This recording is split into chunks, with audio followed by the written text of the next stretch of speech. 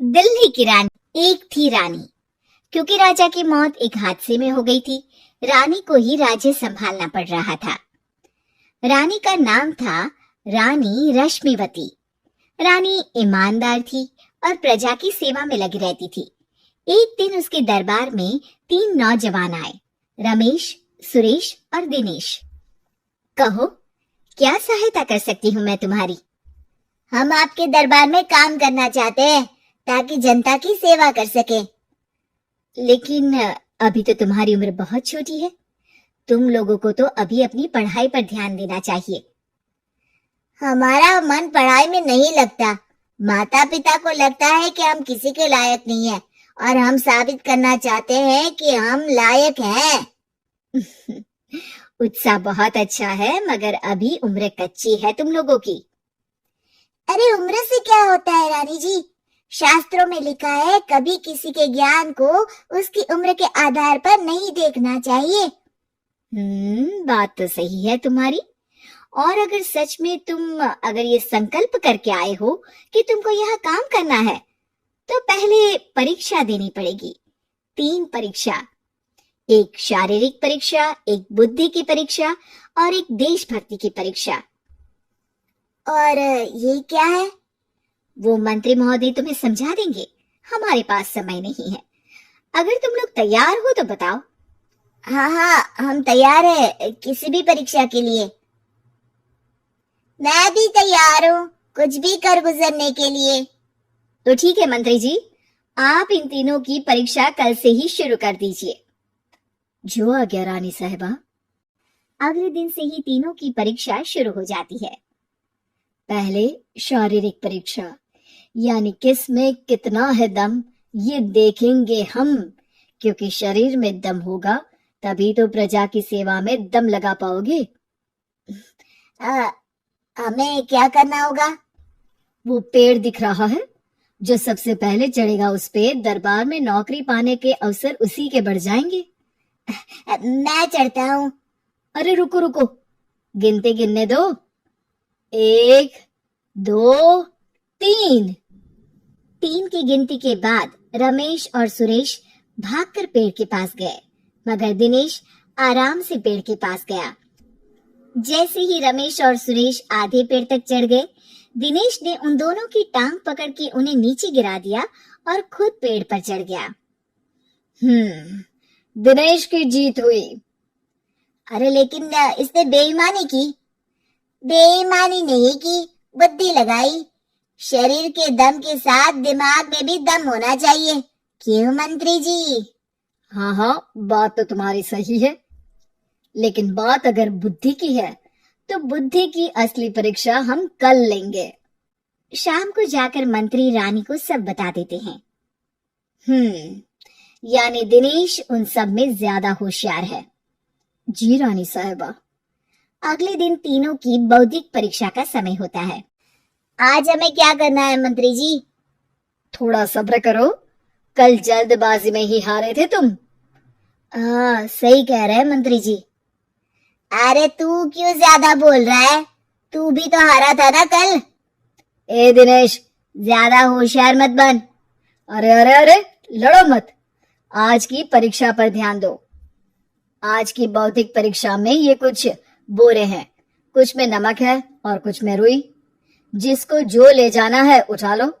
देखते हैं कि कौन जल्दी से कोई भी एक बोरा नदी के उस पार लेकर जाता है। समय शुरू होता है अब। तीनों बोरों की तरफ बढ़ते हैं। सुरेश, नमक की बोरी भारी है, ले जाने में मुश्किल होगी। हाँ, सही कह रहा है, रुई हल्की है, हम दोनों रुई लेकर चलते हैं। अरे भाई, मैं तो नमक लेकर जाऊंगा। रमेश और सुरेश ये सोचकर हंसते हैं कि आज तो दिनेश हार ही जाएगा। दौड़ शुरू होती है। 1, 2, 3। तीनों नदी की तरफ भागते हैं। रुई में वजन कम होने के कारण रमेश और सुरेश आगे निकल जाते हैं, पर जैसे ही वो सब नदी में जाते हैं, दिनेश की बोरी का नमक गलने लगता है और वजन कम हो जाता है, जबकि रमेश और सुरेश की रुई में पानी भर जाता है और बोरी का वजन बढ़ जाता है। अरे ये इतनी भारी क्यों हो गई रमेश? अरे मुझे क्या पता, शायद जादुई बोरी है। अरे लगता है कि हम बेवकूफ बन गए। बने नहीं हो, तुम हो ही बेवकूफ। इतना तो पता होना चाहिए कि पानी में नमक गल जाएगा। दिनेश का पूरा नमक गल जाता है और बोरी खाली हो जाती है। वो जल्दी से रेस पूरी कर लेता है। इस परीक्षा के विजेता भी दिनेश ही है। उसने दिमाग लगाकर दिखा दिया कि वो बौद्धिक परीक्षा में भी रमेश और सुरेश से आगे है। अब कल तुम्हारी देशभक्ति की परीक्षा होगी, जो स्वयं रानी मां लेंगी। रात को फिर मंत्री रानी के पास जाकर बता देते हैं कि आज की परीक्षा में कैसे दिनेश ने अक्लमंदी दिखाई और बौद्धिक परीक्षा में भी उसी की जीत हुई। अरे वाह, दिनेश तो हमारे बहुत काम आ सकता है। हम उत्साहित हैं कल की परीक्षा के लिए।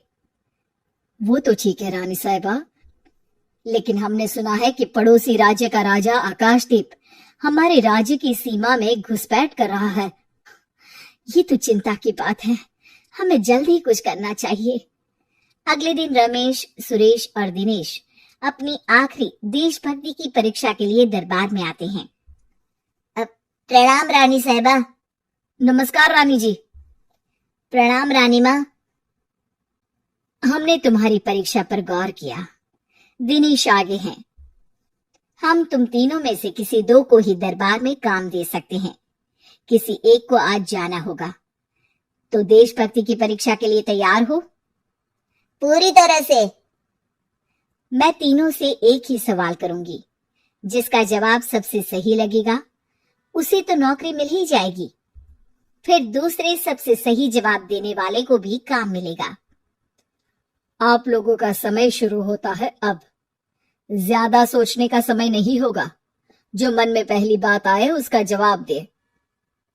तो सवाल ये है कि तुम इस मिट्टी के लिए क्या कर सकते हो? मैं इस मिट्टी को साफ रखूंगा। यहाँ के लोगों के भोजन की कमी को मैं पूरी करूंगा।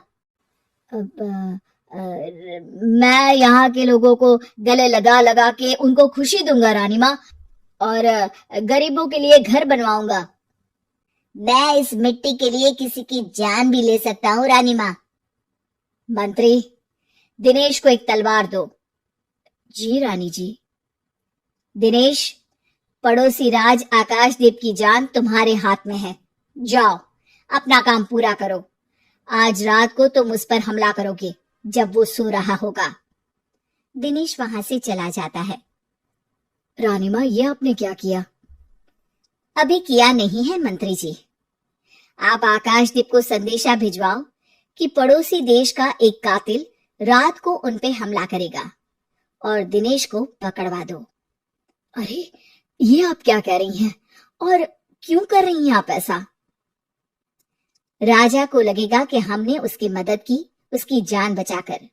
वो हमारे राज्य का पीछा छोड़ देगा और हमारा एहसानमंद हो जाएगा। और दिनेश का क्या होगा? इस राज्य को दिनेश जैसे शातिर और लड़ाकू लोगों से ज्यादा जरूरत है। ऐसे लोगों की जो लोगों को खाना खिलाने की और खुश करने की बात करे। और ये गुण सुरेश और रमेश में है। इन्हें नौकरी दे दो। दिनेश बहुत चतुराई से नौकरी हड़पना चाहता था, जिसके लिए उसने रमेश और सुरेश जैसे दोस्तों का भी नुकसान किया। पर रानी ज्यादा चतुर निकली। उसने एक तीर से दो निशाने लगाए। दिनेश जैसे खूंखार युवक को राज्य से बाहर करवा दिया और पड़ोसी राजा आकाशदीप को अपना एहसानमंद कर लिया। पूरा दरबार रानी की जय जयकार कर रहा था।